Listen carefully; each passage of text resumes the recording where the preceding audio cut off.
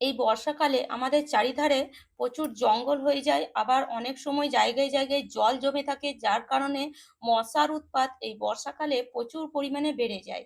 আর এই মশা আমাদের বাড়িতে ঢোকে যখন আমাদেরকে কামড়ায়, ডেঙ্গু ম্যালেরিয়া এইসব জ্বরও দেখা দেয় এই বর্ষাকালে।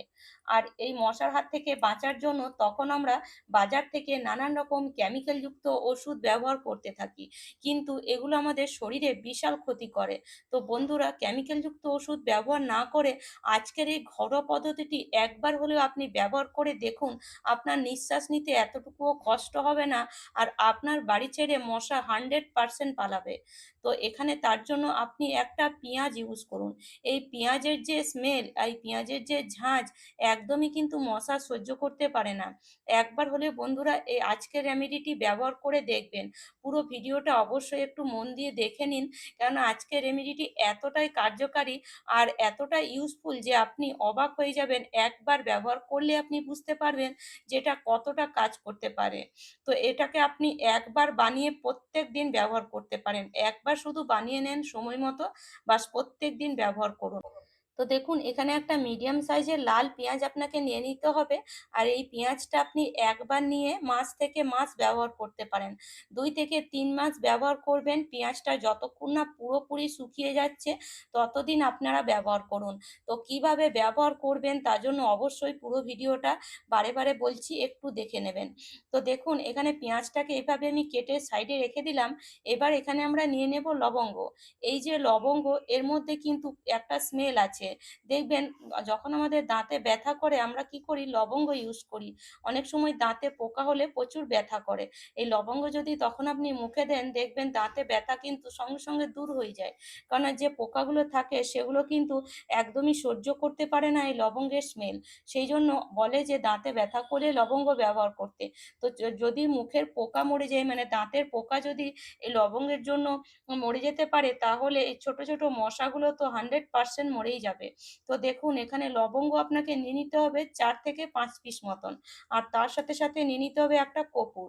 আর যে লবঙ্গের মধ্যে ফুল লাগানো থাকবে সেই লবঙ্গ আপনারা ব্যবহার করবেন। এই লবঙ্গগুলো কিন্তু খুবই কার্যকারী হয়। আর এই কর্পূর আর লবঙ্গটাকে এবার একটা হামাদিস্তা নিয়ে এইভাবে হামাদিস্তাতে একটু ভালো করে এটাকে গুঁড়ো করে নিতে হবে। যতটা সম্ভব গুঁড়ো করা ততটাই গুঁড়ো করে নেবেন। দেখুন, এভাবে আমি গুঁড়ো করে নিয়েছি, আর একটা এরকম ভারী হামাদিস্তা নিলে কিন্তু খুব সহজেই গুঁড়ো হয়ে যাবে।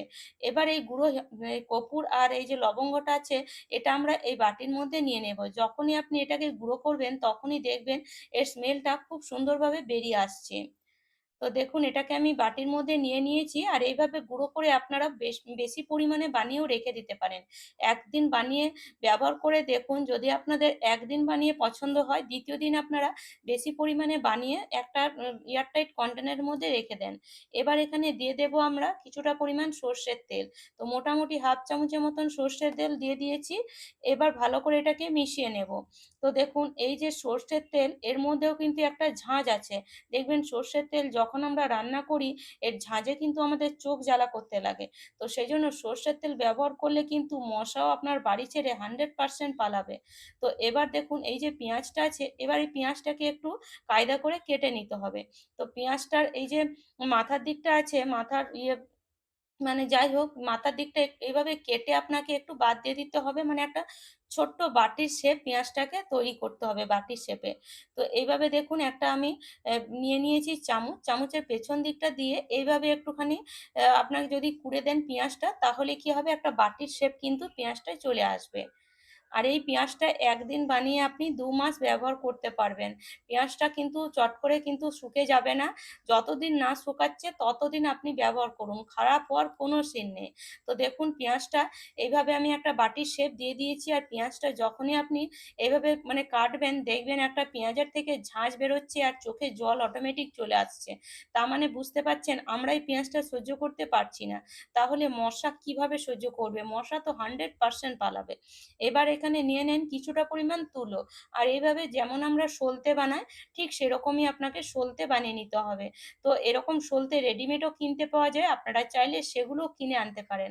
তো এইভাবে একটা সলতে এই যে পেঁয়াজের মধ্যে মাঝখানটাতে এইভাবে দিয়ে দেন। আর তার সাথে এই যে আমরা বানিয়েছি 3টে জিনিস দিয়ে যে রেমেডি, সেটা এই মানে পেঁয়াজের মধ্যে দিয়ে দেন। এবার এই যে জিনিসটা আমরা বানালাম, বিশ্বাস করুন এটা এতটাই কার্যকারী যে বন্ধুরা একবার বানিয়ে দেখবেন আমার কথা মতো। আর দেখবেন এটা দেখতেও খুব সুন্দর লাগে। যখন আপনি বাড়িতে বানিয়ে এটাকে এদিকে সেদিকে জ্বালাবেন, দেখবেন খুব সুন্দর মানে দেখতে লাগবে। কেউ হয়তো ভাববে যে এটা আপনি কোথা থেকে কিনে এনেছেন। আর যদি কোনো ছোট্ট একটা বাটির মধ্যে পেঁয়াজটা বসিয়ে জ্বালান, তাহলে দেখবেন দেখতে তো আরো সুন্দর লাগবে। যখন পেঁয়াজটা ঢাকা পড়ে যাবে মনে হবে যেন একটা প্রদীপ জ্বলছে। আর এটা কিন্তু অনেকক্ষণ পর্যন্ত জ্বলে।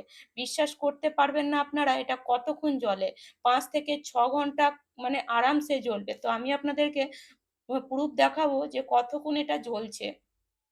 আর আমি সন্ধেবেলায় এটাকে বানিয়েছি। যেহেতু আমি ইউজ করি এই ধরনের টিপ, সেইজন্য আমি সন্ধেবেলায় বানালাম। আর সন্ধেবেলায় বানিয়ে আপনাদেরকে দেখাবো যে রাত ১০টা বাজে তখনও কিন্তু এটা জ্বলছে। তো দেখুন এটা আমি এখন জ্বালিয়ে দিয়েছি। এবার এটাকে জ্বালিয়ে আমি এদিকে সেদিকে একটু ঘোরাবো। তার সাথে আমি রান্নাঘরেও রাখবো।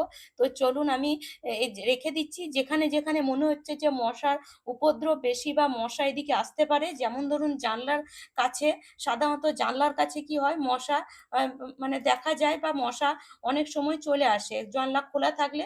আর বিশেষ করে রান্নাঘরের জানলা আমাদের খুলে রাখতেই হয়। তো সেই জন্য কি হয় আমি জানলার কাছে কিন্তু রান্নাঘরে এইভাবে কিছুক্ষণ রেখে দিই। এভাবে কিছুক্ষণ রাখার পরে এবার এটাকে আমি পুরো ঘরে এদিকে সেদিকে কোণায় কোণায় দেখাবো। এতে এর থেকে যে স্মেলটা বের হচ্ছে তার কারণে কিন্তু কোণা কোণা থেকে মশাগুলো বেরিয়ে আসবে হুড়ুর করে। তো এইভাবে আপনি এদিকে সেদিকে যখন এটা দেখাবেন দেখবেন নিভে যাচ্ছে না একদমই। দেখুন আমি কত জোরে হাতটা আমার মানে নড়াচ্ছি, এতটুকুও কিন্তু নিভে যাচ্ছে না। তো আপনি মানে বুঝতে পারবেন না যে এই সামান্য তেল কতক্ষণ কাজ দেয়। মানে সামান্য সর্ষের তেল যদি আপনি এইভাবে ইউজ করেছেন, আপনাকে আর এক্সট্রা এর মধ্যে তেল দিতেই লাগবে না। হাফ মানে হাফ চামচ তেল আমি দিয়েছি, আপনারা দেখলেন। তো দেখুন এখন এটাকে আমি বেলকনিতে রেখে দিয়েছি, মানে বারান্দার মধ্যে আমি রেখে দিয়েছি।